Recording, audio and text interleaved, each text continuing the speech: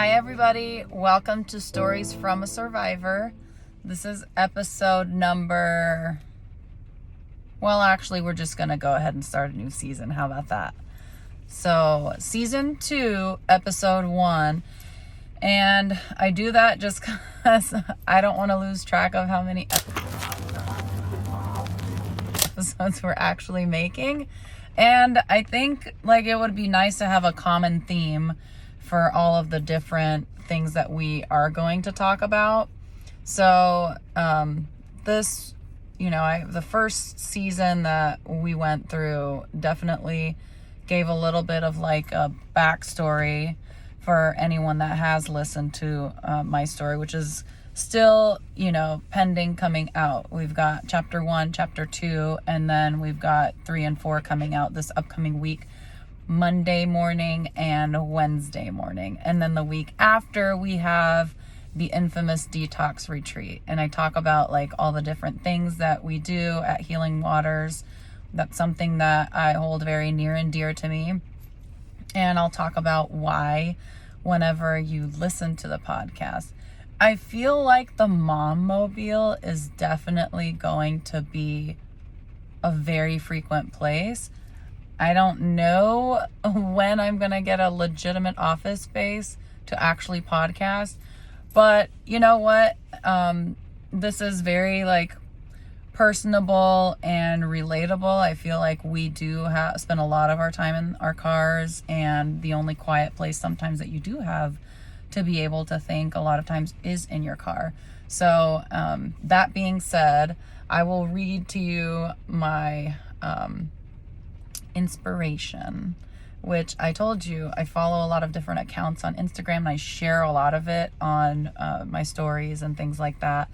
But these are 2 really big problems that I would love to talk about. So the first one is about, this is all about trauma, but the first quote that I'd like to talk about is spiritual trauma. And it says, spiritual trauma is someone handing you an inner critic and telling you it's the voice of God. Let's just let that sink in for a second, because I grew up in a Christian background, and I know a lot of my listeners and followers are going to be people that have grown up in Christian, sometimes very conservative places as well. And then one more quote that I want to iterate what we go through when we go through these different scenarios. Says, when you shut down any emotion, you are also affecting your immune system, your nervous system, and aside from that, I'm going to add your spiritual being. So the suppression of emotion, which is a survival strategy, then becomes a source of physiological illness later on. So a lot of you may have heard me in multiple different podcast episodes, including the first one that I was even a guest on with Connor Paulson. Thanks, Connor, for getting me initiated. I talk about a book called The Body Keeps Score, and it's pertinent because a lot of us have undergone, in our society as a whole, we've undergone a huge amount of cultural conditioning surrounding just being super stressed, that being our baseline and our normal. And a lot of times when you're in a stressful circumstance, you tend to suppress your emotions, your feelings. You wind up betraying yourself, and then ultimately your body learns to not really trust you, but just survive. And if you'll look back at the intro of this entire podcast, it's called Stories from a Survivor. I didn't want it to just be about my story. My story is significant. It's huge. It's why I do what I do and why I act the way I act and why I love the way I love.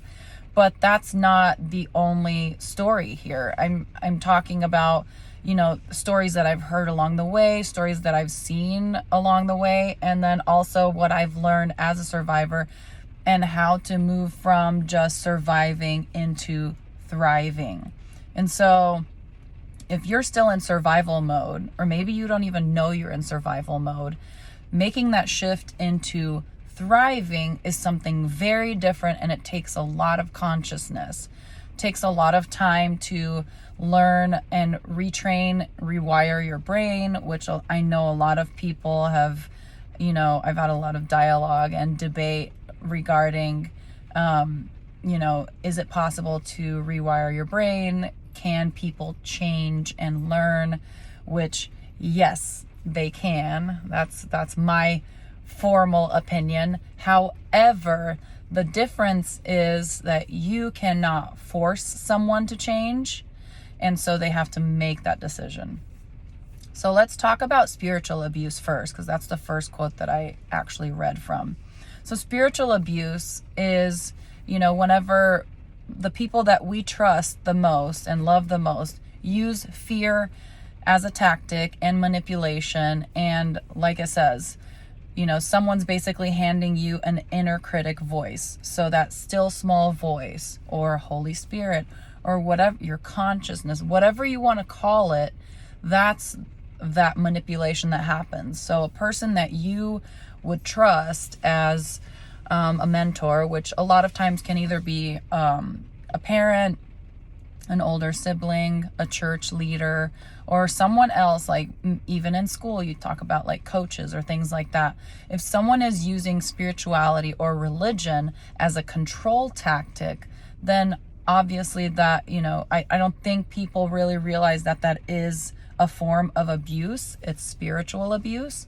And what happens is we are taught to criticize ourselves. So there are so many different Bible verses that you can draw from, but the one that I used the most myself when I was ultra conservative in my thought process was, when Paul the Apostle said that, we judge ourselves daily so that we will not stand on judgment day with those secular people, those of the world.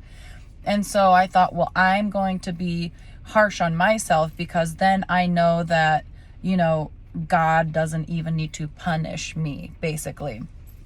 And the problem there, there is no problem with accountability. I'm a very firm believer in that. I teach, our kids that on a daily basis, how to hold yourself accountable, how to be self-disciplined, how to be self-driven. You can't depend on other people. You don't want to have this codependency. And so, that's a healthy thing. But the unhealthy thing is where you're never feeling like you're good enough. You feel like you can never really get it right. You feel like any sin is basically like doomsday, which I find it really, really difficult to embrace the fact that, in the same breath, we are giving young people, especially our children, especially this inner critic where they're basically never really deserving enough. And I know this isn't like, I'm not going to put a blanket statement and say that all churches act alike, or all, that we're handing all of our children the same things throughout. But I'm just saying, as a rule of thumb, a lot of times we give our children this like seemingly impossible person to be in order to like, and that you can just like, you never feel like you're just living up to it. So a lot of times, spiritual abuse could look like you've been in church with your kids and maybe they have a performance or something and you don't like the way they smiled, or you don't like the way that they performed, and you express that to them. Well, if you're not careful about the way that you express it to them, they feel like they're inadequate. So instead of celebrating the things that they did do, getting up in public, cooperating with your entire group or team, going to practice, which is usually what happens before they go up on stage, and all of these different things that are actually, if you think about it, if you use them as a positive reinforcement, will be a part of their lives forever. Public speaking and speaking out in groups and playing well with others while you're, kind of under scrutiny, or you're performing, right, with a teacher, with things like that. Those are things that could be really, really useful in life. But why do people usually stray away and like get out of the church? I mean, do you think it has something to do with our expectations that we're heaping on these young kids while they're in the church. And then going a step further, our youth that are, our adolescents or unmarried young adults that are part of the church, and they feel like, they're going through different things in life, and they feel like they're never adequate enough, and they feel like they're not measuring up to standards. And a lot of time, hand in hand with spiritual abuse comes comparison, and comparison kills. I use that all the time. Comparison kills. So if you are a parent and your child has a few cousins or friends that are within the church or anywhere else, spirituality is not just about church. So I'd like to make that a point. Like, just because I refer a lot to the church because that's part of my upbringing doesn't mean that it only happens if you're a church-going family. So spirituality means everything that you cannot see. That's the person's spirit. So a lot of times that's the child's spirit. And you never want to break someone's spirit, okay? You might need to break their will every once in a while, but don't break their spirit. And the individual spirit is something really beautiful, because that's something that's someone, actually. It's a part of us that we navigate our entire lives with. So do you see how important it is to not abuse the spiritual side of our loved ones, whether it's your partner, whether it's your best friends, whether it's your children, whether it's your siblings, whether it's your parents? Either way you slice it, respect that third part of our being, our mind, body, spirit, okay? And another thing that I would like to say is whenever you are speaking to someone about spirituality, allowing them to explore their spirituality, teaching them meditation, which meditation can come in very different forms and ways. And as we heard earlier today in church, even there's a meditation on the word, and that's very different than just a regurgitation of the word. So you can speak things out loud, which is very true even with just general meditation. If you believe in the universe and energies and things like that, and the power of manifestation and the power of positive thinking and the power of imagery, which I've spoken about, and I'll always continue to speak about it because I've seen the great impact that it's had in my life personally. So those are spirituality things that, we need to be mindful of, and we need to teach those that look up to us about how to do it. And first of all, we need to teach ourselves how to do it. We need to teach ourselves a healthy relationship with our spiritual being and embrace ourselves in a way that is not judgmental, is a lot more gentle and kind than what maybe we're even taught to be and used to. And then on the same token, nurturing that spiritual being. So I'm in a car. I'd spoken to someone that was in a rough patch and going through a hard time when they're in adulthood, they were in a relationship, they were in school, they had just had a child. So a lot of stressful events that had happened. And they expressed to me that they were having a very difficult time with their relationship with their partner, and said that he started one simple thing every day before he went into his home. He did a 10-minute guided meditation. Now, I've talked about guided meditation a few different times. Jason Stevenson, my all-time favorite. But there are so many people that actually do guided meditation. I've thought about doing that myself as well. I don't know, but we'll see what life brings our way. But anyway, he would do guided meditation 10 minutes a day in his car with his eyes closed before going back into the house for the evening and spending the rest of the evening with his family, and said that it actually decreased his anxiety so much that he realized that, he could get through everything that he needed to get through and be happy with the way that he was performing in his family life. So what I will, add to your to-do list or to your toolkit, right, would be being able to utilize meditation, guided meditation, once you become even more experienced, which I'm still a novice to it. I'm still very new. But once you become more experienced, meditation can be actually a very empowering and long session, not just 5 to 10 minutes, but you build your way up where you're actually sitting for 45 minutes in a, noise neutral environment and meditating. Meditation means that you allow your thoughts to come and they pass by and they're fleeting. They come and they go, because guess what? Like, you are the one source that stays. And I don't know enough about chakras to talk to you about them, but I do know chakras have something to do with something. And I promise you, I will look further into it. But as of now, I can swear by deep sleep meditation. So you go to sleep and you power them on. Some of them are like 6 hours long, so sometimes even longer than what you actually get to sleep.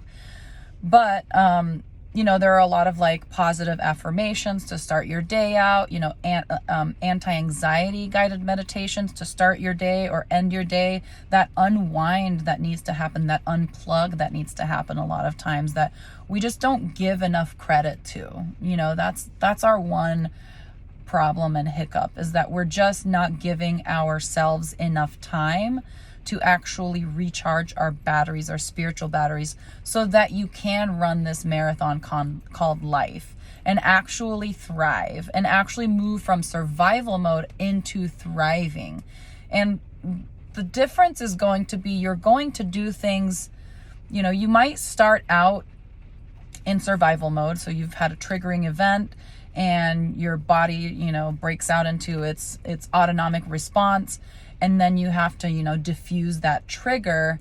But now when you move into thriving mode, all of a sudden, you're choosing to listen to the meditation. You're choosing to do grounding activities. You're choosing to replenish the source so that you don't get into a position where you have to operate out of a survival mode situation. And I hope that makes a lot of sense. I'm sure we're going to revisit this topic a lot at some point, but I'd like to move on to, something that happens a lot of times whenever people have been spiritually abused. And a lot of people are familiar with this, like, what do they call it? Adolescence. We call it adolescence and the rebellious phase, right? So adolescence in the Bible, I heard this from a sermon a long, long time ago, and I have yet to really, really dig in deep and see, but in biblical, scripture, actually adolescence doesn't exist. It's not even there. There is childhood and there is adulthood. There is no in between. That's like no man's land. We know through psychology, though, that adolescence is a time where children who are becoming adults trying to figure out their identity. And that's when they're going to push a lot of boundaries, check their, gatekeepers, which are typically parents or other people that are watching out for them. And there's typically accompanied with something called rebellion. Who knows about rebellion? Me. But here's the thing about rebellion. Rebellion is typically happening after the fact of having some sort of spiritual abuse or ultra controlling environment. So in my case, which I'm sure happened in very many other people's cases, if you are of a culture from the Eastern Corridor, or we have, communism in our heritage, or just simply super puritanical, conservative, Christian type of background, you are very familiar with control and spiritual abuse and manipulation. And it doesn't necessarily always come from a bad place.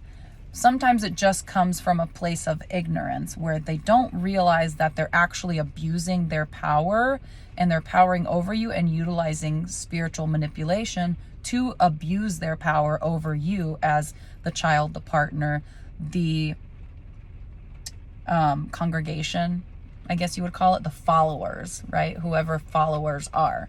And what happens is whenever someone finally gets to a point where they realize, hey, I actually have a will and I can actually exercise it if I want to, or if I push hard enough, or if I try hard enough. And so what happens is rebellion. So in whichever areas you were highly controlled, if you can look back as an adult and take some time and look back into the areas that you were heavily controlled as a kid and where you might have experienced some spiritual abuse and control, that's probably the exact area that you experienced rebellion.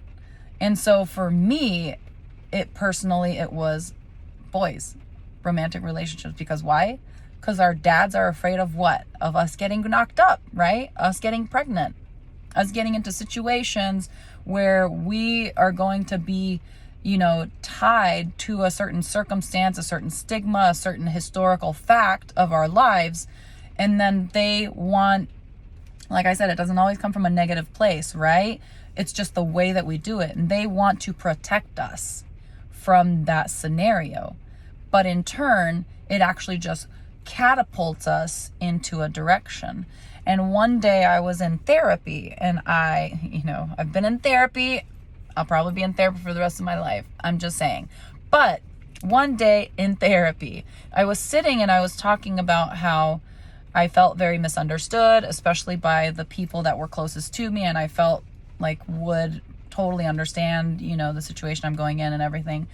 And the counselor, actually, he's a trauma certified counselor, which I highly recommend if you've gone through any kind of abuse, even if just for 6 months, to explore any of your emotional traumas that you need to figure out, which we'll talk about in a little bit. But as I was, expressing myself, he notified me of something called the pendulum swing. He also notified me of something else, which I'll talk briefly about right now, and after I talk about the pendulum swing. But the pendulum swing is basically your act of rebellion. So whenever you pull yourself out of a situation that you have felt controlled under, it's kind of like that rubber band or the pendulum. That's why it's called the pendulum swing. The clocks that used to go tick tock, the grandfather clocks. So whenever you've been in one extreme for so long, you pull yourself with all your might out of it, and then you go to the other extreme for a hot minute, and you're exploring that extreme. And us as parents, like, that scares the bejesus out of me. It really does. But it also gives me a lot of courage to know that, the pendulum swing is not something permanent. Why do you think therapists use all the time, like, this is not a permanent situation, this is not a permanent circumstance, right? They try and guide us through that when we're having anxiety or panic. They're like, wait a second, this too shall pass, right? And there's that saying, like, this too shall pass. It's from the Bible. But then there's the memes that say it might pass like a kidney stone, but it'll pass. So anyway, back to the pendulum swing. So you go to one extreme, and then you swing back to another, and then you swing back to another until you finally find balance or equilibrium. Now, the problem is that when you have something here on this side, for example, that has been holding you for so long, and maybe it's your parents, and maybe you're an adolescent and you're going through your rebellion or your pendulum swing, you're here, and they keep trying to pull you here, you keep trying to pull out here, and you're not going to achieve balance as easily until you've gone through quite a few life experiences to teach you lessons. That's what life experience is. I have people all the time say, well, I'm super mature and whatever. That's really great. I was super mature too, but I didn't have life experience. And this is why I'm so passionate about talking about what I talk about. Because you can't buy life experience. You can't infuse life experience. You can only create and acknowledge and talk about life experiences to where lessons are learned, right? So our jobs as mentors, as leaders, as, parents, is to walk this journey of life with our children, especially while they're young, to learn big lessons in small problems. So I've heard this before from parents. Little kids, little problems. Big kids, big problems. Okay, so let's deal with the little problems, teaching big lessons so we can avoid the big problems. Are we going to be able to do that? I hope so, and the problem is, like, no one is safe and no circumstance is perfect, and no one is ever going to have 100% perfect results. I've, prepared my heart for that. I have 5 kids, and navigating through life, we're just not going to know what kind of life experience they're going to have in order to get those big life lessons, right? And it's not our job to judge them, shame them, or make them feel unsafe talking with us about those life experiences. It's our job to actually establish a relationship with them young so that we can actually teach them and have trust established for whenever they do learn these life experiences, to be able to come and say, okay, mom, dad, friend, brother, sister, mother, father, I said it twice, but hey, it's okay.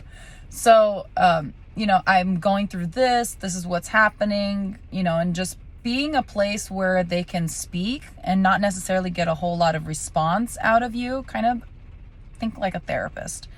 And then asking them, like, would you like my feedback, or would you like to would you like me to help you problem solve? And let them kind of direct that themselves. That way they feel like they are in control, because at the end of the day, guys, it is their lives. Like, it's our lives, and the repercussions are ours. And sometimes it impacts other people, depends on the scenario. But to be honest, I feel like all of us, no matter if it's addiction, no matter if it's, an unplanned pregnancy, no matter if it's all these different situations and scenarios, we as people who love these people that are coming to us to be their safe place and safe person, we want nothing but to assist them in getting out of a negative circumstance, right? And as long as that's your motive and your motives are pure, it will be felt and it will carry across into your relationship. And so what I will talk about, though, as well, is a syndrome called the Godchild syndrome. So whenever there's a syndrome, you can Google it. It's a real thing. A lot of times whenever there's like traumatic childhoods and just like emotionally unsafe scenarios, parents a lot of times, and even siblings, will have unrealistic expectations. They'll have this expectation set for a person to live by. Like, that's their title, that's their description, and don't mess with it, or it completely shatters and disbalances their own perception of that person. And so what happens is, as long as you are playing by their rules as the person, as the child, right? Because this can happen to adult children as well. But as long as you're playing by the rules, you're good. Everyone's happy, everyone's accepting of you, everyone is encouraging and supporting you. And then as soon as you step out of bounds and out of their rules and regulations, you become this evil person. There's a lot of lashback that happens. This happened whenever, and I love all of my family of origin, my siblings, everything. But because of our unresolved trauma as kids that we just didn't realize, we need to get healing for through our divorce, we had a lot of beef, if you would call it that, and it actually came from a place of hurt. It came from that wounded child that was worried about, our children and how I was going to handle this divorce. And am I doing the right things? Am I making the right decisions? And it coming from a great, loving place, but coming out in a controlling way really drove me into, okay, I need to it was self-preservation mode. And so what I'd like to say is, be careful that you don't employ and adopt that in your family where, someone is loved, but they're only loved for so long as they are operating within the rules and regulations and standards that the entire family has, established. Now, that doesn't mean that, we tolerate like bullying or negative conversation or things like that within even our family. Like, I have standards and I have rules, and if you ask any one of my kids, like, they know that I implement different rules and enforce them. And our golden rule: treat others as you would like to be treated. And if we can adopt a little bit more empathy for that person, now without enabling someone, but if we can be empathetic and put ourselves in their shoes and at least verbalize, I feel like maybe this is how I'm making you feel, and I apologize for that. I'm only saying this because this is how I feel about this circumstance and situation. That will really diffuse a hard conversation that could blow up in everyone's face and destroy relationships. And it can actually help mend and make closer conversation and closer relationships between that family or loved ones. This is not just between a family. This can be between friends as well. Okay, so now let me take a little bit of time to talk about CPTSD. So CPTSD is complex post-traumatic stress disorder. And it's complex because it came from so many different ways and so many different areas. It bombarded your entire being. So remember, we talked about,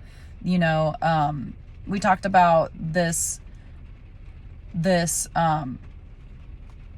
feeling of, not being good enough, this judgmental feeling and the spiritual trauma, right? So trauma that causes CPTSD bombards your system in so many different ways. It's not necessarily just spiritual. It can be emotional. It can be psychological. It can be physical, and it can be just all the different ways that that you can be abused outside of just the physical, which causes a complicated or complex rewiring of your brain and can cause many of the same impacts as PTSD will. So PTSD, remember, I kind of talked about it in a few episodes ago, but PTSD is like one defining event or one maybe circumstance, maybe just not even an event, but maybe you were deployed somewhere else like Afghanistan or Vietnam or things like that, where you have flashbacks of that time. But complex PTSD is so complicated because it's bombarded from different ways, and it's typically happens over the span of a few years. So what I like to tell people is that if it took a few years to go through that, situation and that rewiring, then it's going to take a few years at least to get into a place where you're at least very aware of your circumstances, of your surroundings, of the way that different scenarios and circumstances impact you, of your triggers, getting to know all of these things. And so the next quote that I read, remember, is about suppressing emotion. So when you shut down emotions, you're also affecting your immune system and your nervous system. Now, your immune system and your nervous system are pretty huge deals because that impacts your entire body's health, right? So think about your nervous system. We talked a little bit about triggers whenever I talk about the detox retreat. And your nervous system has a response, a pretty automatic response. When you've gone through trauma, which, by the way, if you and when you go to a therapist, a trauma certified therapist, if you score yourself and they score you based on a question and answer type of, assessment, and they find that you have PTSD or CPTSD, that the official diagnosis will be PTSD. Why? Because we're still researching the actual impacts of complex PTSD on people. So there's a lot of research out there, but it's still not an ICD code. It's still not a Medicare approved code, CNS, right? That's the medical background. It's still not approved because we haven't gathered enough research on it, and we don't yet know how to most effectively treat it. And just like with PTSD, where I think the group Goop has a really great documentary on Netflix about treating, PTSD and trauma and inner wounds and things like that via psychedelics. This is a newer thing, and this is something that I am going to be getting into at some point in the near future, but I'm not quite ready yet to talk about it. But what happened is, in order to have insurance continue to pay for your therapy, you have to have certain diagnoses. And the diagnoses between PTSD and CPTSD are so similar. All of the effects of it are so similar, whereas you have maybe nightmares or you have triggers whenever you are around that scenario, circumstance, or person who has caused the complex PTSD in your brain. And it can come as like general fatigue, malaise, weakness, clinical depression, major depression. I'm trying to think of and spout off all the things, but I find out a lot of information from the Cptsd Foundation. There's an organization that deals specifically with that. They have an Instagram page as well. They share a lot of useful information a lot of times. And I post about it a lot because it hits really close to home. Because what you don't realize when you're in a circumstance or situation that is causing complex PTSD and the rewiring of the brain, you just don't realize how great of an impact it has on you, on your body, on everything, until you've actually left and you're outside of the fog and you have your glow up. Remember the glow up?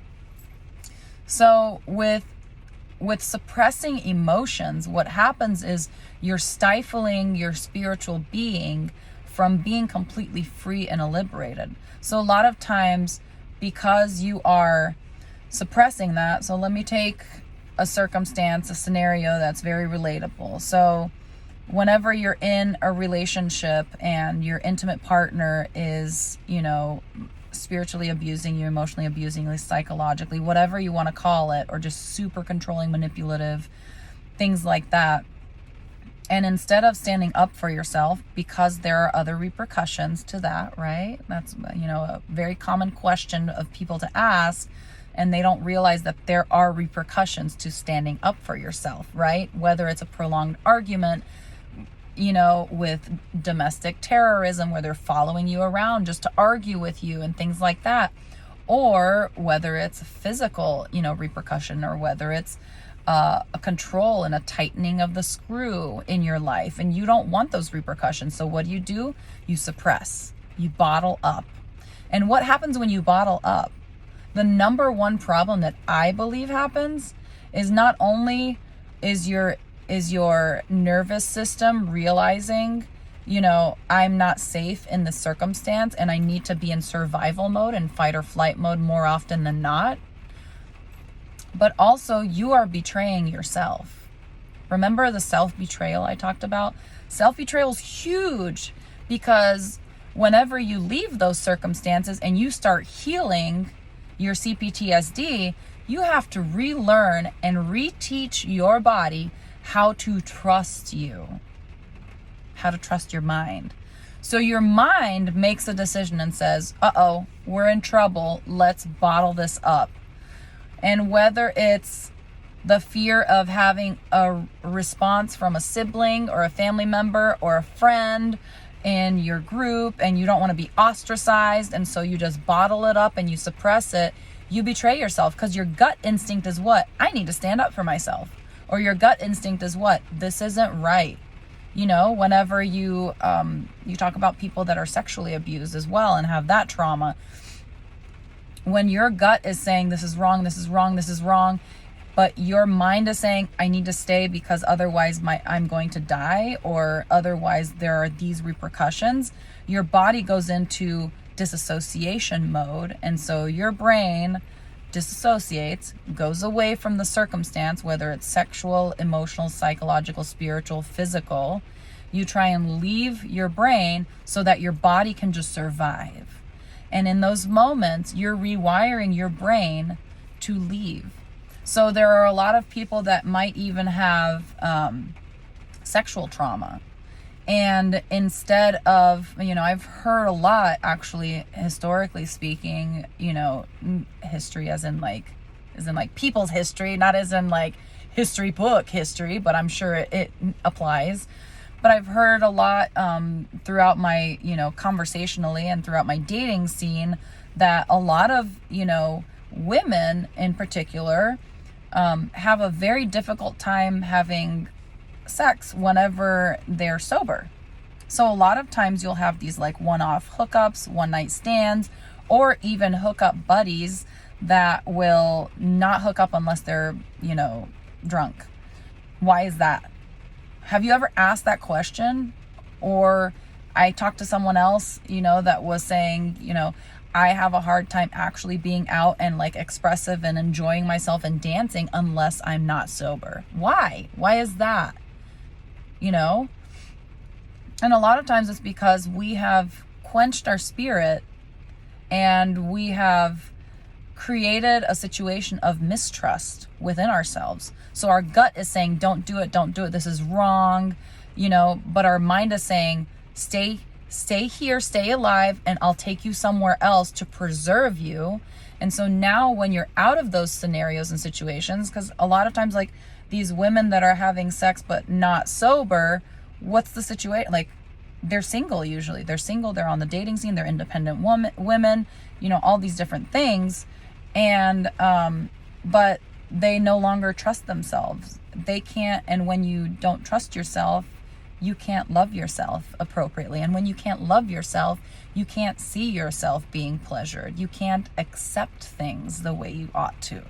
And so it's just a cascade of events that happens whenever you betray yourself. So, and betraying yourself and your nervous system is literally your entire being. Like, how else should I put that? Your nervous system, your nerve endings give impulses to all of the muscles in your body. So someone that has, and I read this and I actually shared this to my Instagram story not long ago, I think this last night, a lot of people will hold their breath. A lot of people will, like me, for example, I use myself as an example so much because I can speak for my own, body and how it felt. I felt like I was constantly shrugging. That's where I carry all my stress, is up here in my neck. A few times I had inflammatory responses to stress and my neck was stiff. I couldn't even turn my neck without being painful. It took a lot of massage and chiropractic care and thinking and drinking water and meditation and, decreasing all of that stress to be able to loosen up the muscles, because the muscles are in this chronic fight or flight mode and they lose their fluidity. They're just rigid. And that, after years and years of being in fight or flight mode, takes a long time to actually deconstruct and take it out of your body. Your body is keeping score. I can't stress that enough. Every time you abuse your body and it can't trust you anymore, guess what? It's got another tally mark. And it's going to be like, okay, we can't trust Diana. So what are we going to do? We're going to be on guard at all times. And we're going to be stiff. And we're not going to be fluid. And we're not going to be able to move. And we're going to forget to breathe, which in turn doesn't oxygenate our blood, which in turn won't oxygenate our body, our musculoskeletal system, which in turn is going to cause chronic inflammatory processes, which in turn cause what? Autoimmune disorders. You name it. Lupus, MS, IBS, Crohn's disease, all of these different autoimmune disorders that we don't have the cure for. We can only treat symptoms, and we can try and decrease the inflammation systemically, which means a huge change within your circumstance. Whether it's that life-saving divorce, whether it's the breakup, whether it's the new job, whether it's following your dream, your passion, whether it's moving to a sunny place. So all of these different huge circumstances that actually impact you and your body and your overall health, not just mental health. We're finally starting to talk about mental health. But that's like in a very open and real way, that's a new development. That's like maybe 5 years? Maybe 5 years that we've really been talking about mental health. And as a Christian group, also exploring mental health and also talking about the fact that we can rewire, that it is a given gift for us as humans to be able to rewire the brain, and how, music from our past, like you think about Alzheimer's and dementia, and I'm sure you've seen these videos where, you put headphones on a person that has Alzheimer's or dementia. They may not remember what they ate for lunch or even who their daughter is that's sitting right beside them. But if you put that music on, boy, that takes them back to a time when they actually remember. And then they start recognizing people like their family who they should remember, right? So all of these things, like whenever you are starting to become aware, because awareness is the number one step, becoming aware that, hey, I think I do have some unresolved trauma. I think I do have some suppressed emotions that I'm not handling and dealing with. Creating a safe place for you to be able to sit with yourself and allow yourself to explore those negative emotions. Because a lot of times they will be negative. There'll be emotions and memories that you have flashbacks about that actually take you to a place where you felt unsafe. And creating a safe place with maybe, calm music or music that takes you back to a time when you felt strong, when you felt like the world was yours, or maybe you just didn't have any worries, right? Like the song Hakuna Matata, or whatever takes you back to a time when life was good, Listen to that music as you explore those memories and do tapping exercises. And I'm not sure if I've talked about this before, but I'm sure I'll talk about it again, and I'm going to talk about it now because this is the main theme for the podcast this time. But if and when you need to explore some negative emotions, I'm going to give an example for myself. So I had a moment where I felt like I was failing my kids. I was failing our kids. I was in the heat of, divorce, trial, startup mode, didn't know what was going to happen with us, and felt a lot of anxiety. And anxiety, mind you, has never been one of my biggest things, but unfortunately, it's actually, I dare say it's, anxiety is contagious. Just like a yawn is contagious, I feel like anxiety is contagious. So if you've been with an anxious partner or family member or something, make sure that you take the time to deeply search and research and make sure that you don't have anxiety. Because when I left, all of a sudden I was alone.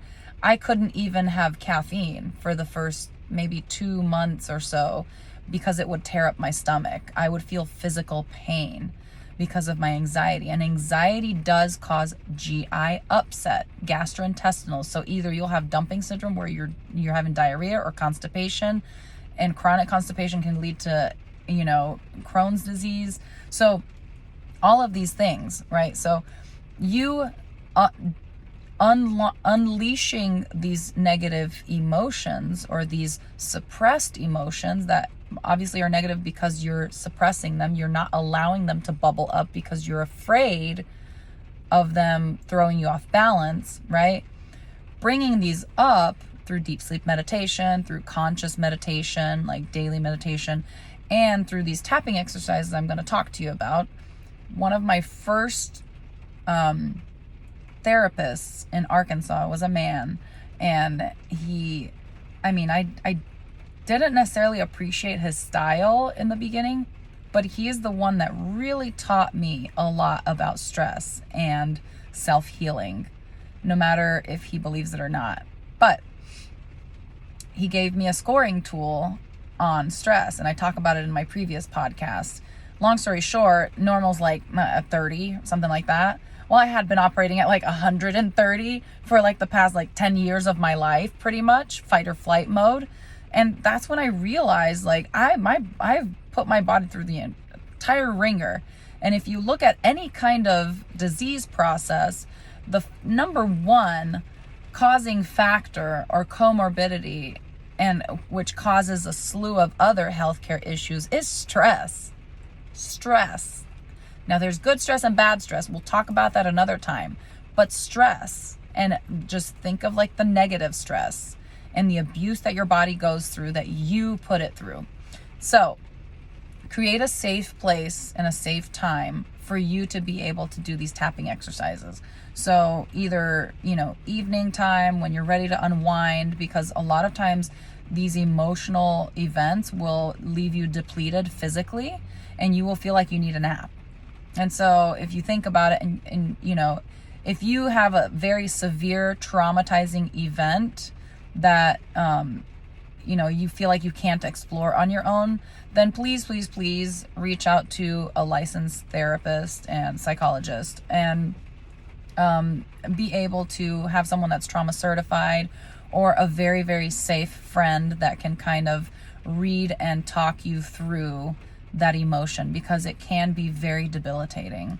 So, but if you have something that you just can't kick, like, I've done this with a couple of my friends, that have called, and either it was like a really nasty breakup and they just can't kick it, it just causes an autonomic response of the nervous system, and your palms start sweating, you start breathing really, really rapidly, you hyperventilate, you're having palpitations, your heart's beating really fast. All these things are very tangible and real vital signs, right? So your body is responding to your emotional and central nervous system. So what you want to do whenever you're exploring a scenario, so for me it was, I feel like a failure. I feel like I am failing my kids, or I will fail my kids.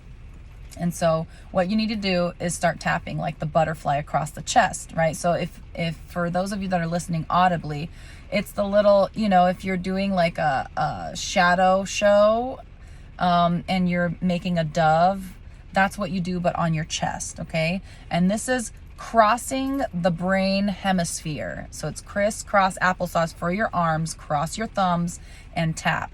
And just allow yourself to hear the lies, because that's what they typically are, right? It's associated with a negative memory, and it's a belief that you've adopted because of that negative memory. So for me, it was, I'm going to fail my kids, and I'm failing my kids so miserably right now, and I'm not with them, and all of these things. And you have to allow yourself to emotionally hit rock bottom.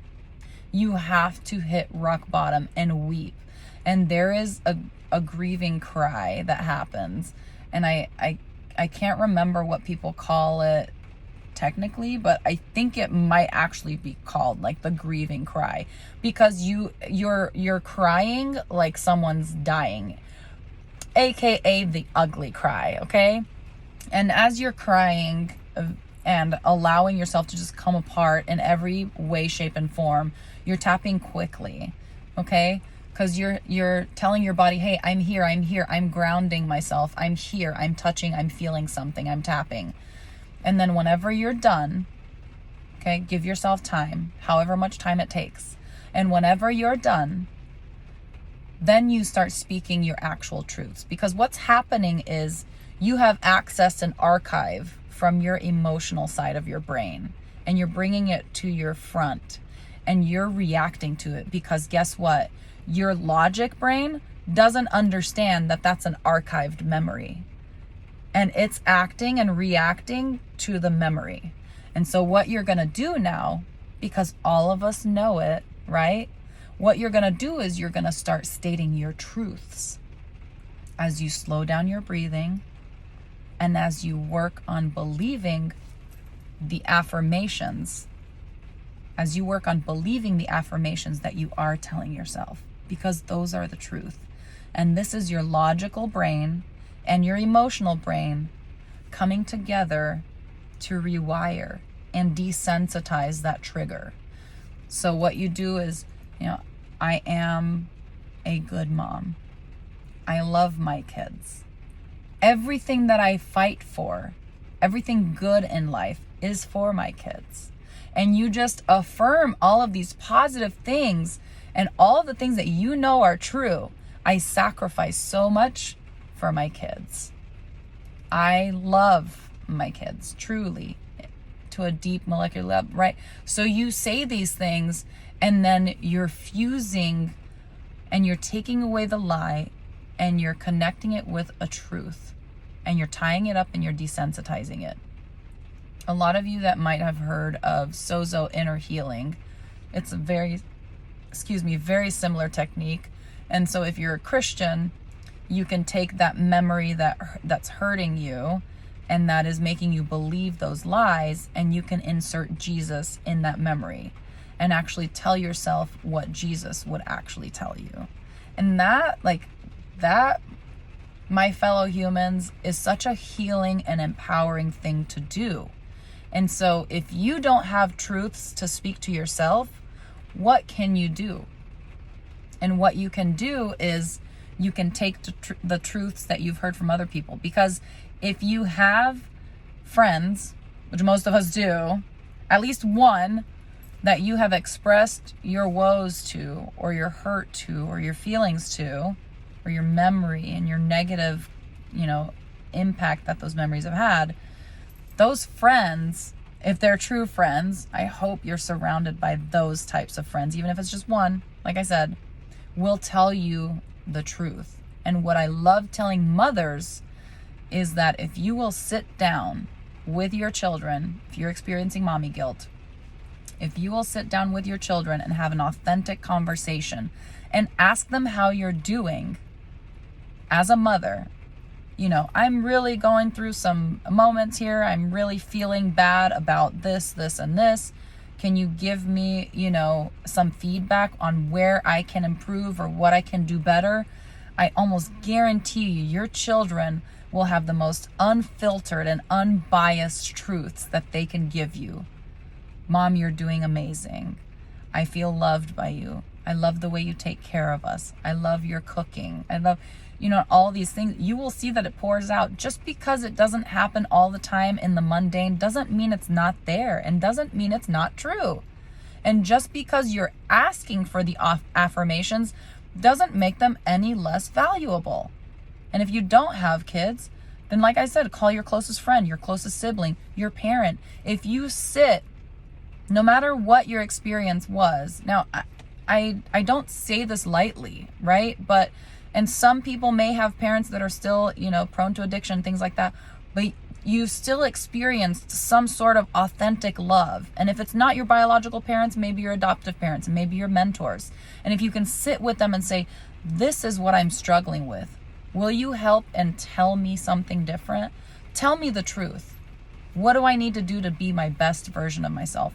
And they will make time, and they will sit with you, and they will give you positive affirmations that you can use if you don't have them yourself. And I'm going to end this podcast by telling you, so many people believe that I am this badass bitch, right? Which I am. Don't get me wrong. I've gone through hell and back. I've walked through the valley of the shadow of death, and I've brought buckets of water for everyone. I can't tell you how empowered I've felt these last few years after leaving my toxic situation and seeing what a positive impact it's had on not only myself, but our children and our family of origin, and just the relationships around me. And my body, I can tell in my body how big of an impact it had. But at the end of the day, I still struggle with sitting and looking in the mirror, looking myself in the eye, and giving myself positive affirmations. Do you believe me? I still have yet to do it. And I hope that that gives you the courage to believe that we all have our struggles. We all have a difficult time loving ourselves. Self-love and the journey back to self, as cliche as it sounds, it's such a journey. And it takes diligence, and it takes time, and it takes kindness with yourself. It takes, gentleness. It takes days of laying down in bed and just being nothing. It takes gobs and gobs of non-productive time. It takes so much external validation, no matter, if you say it does or doesn't, I'm just going to tell you, it's true. Okay. But at the end of the day, once you heal yourself and you let go of all of those suppressed emotions and you let go of all of your trauma, because you can't let it go until you actually heal through it. You got to let it hurt, and then you can let it go. Okay. And so I hope that this podcast is monumental for your self-healing journey, and that you will be able to not only look yourself in the mirror, look yourself in the eye, in the mirror, and tell yourself positive things, but you'll also be able to look at so many other people in the eye and tell them about your story and about how much you love yourself and how much you've learned how to trust yourself and how good your body is feeling and how healthy it is. I'm hoping that this will be a pivotal moment where people will truly shift from surviving into thriving.